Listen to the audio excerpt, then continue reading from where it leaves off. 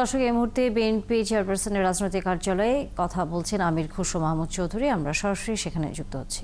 ভাবনা আছে, দর্শন আছে, ভবিষ্যৎ আছে। সুতরাং এখানে সব জায়গায় ঐক্যমত হওয়ার কোনো সুযোগ নাই। কারোর জন্য কোনো বিষয়ে বিএনপির জন্য গুরুত্বপূর্ণ, কোনো বিষয়ে আরেকজনের জন্য গুরুত্বপূর্ণ, এই ডিফারেন্স থাকবে। এই জন্য যেই বিষয়গুলোতে ঐক্যমত হবে সেইগুলোতে সংস্কার হয়ে যাবে, আর বাকিগুলো জনগণের কাছে নিয়ে যাবে প্রত্যেকটি দল আগামী নির্বাচন। ভাইয়া আরেকটা বিষয়,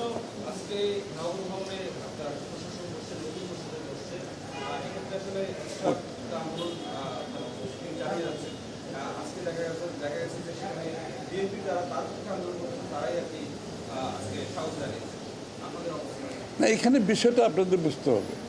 বিষয় হচ্ছে এই বিচার বিভাগ একটা সিদ্ধান্ত দিয়েছে, এটার উপরে পরিষ্কার সিদ্ধান্ত। ইশরাককে মেয়র হিসেবে ঘোষণা দিয়ে বিচার বিভাগ সিদ্ধান্ত দিয়েছে। নির্বাচন কমিশন সেটার উপর অনুমোদন করে তাদের মতামত পরিষ্কারভাবে বলে দিয়েছে।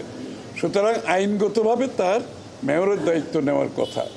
এবং আমরা আশা করছি বাংলাদেশে আমরা আইনের শাসনে বিশ্বাস করি, সরকার যারা পরিচালনা করে তারাও আইনের শাসনে বিশ্বাস করি, আমরা দৃঢ়ভাবে বিশ্বাস করি।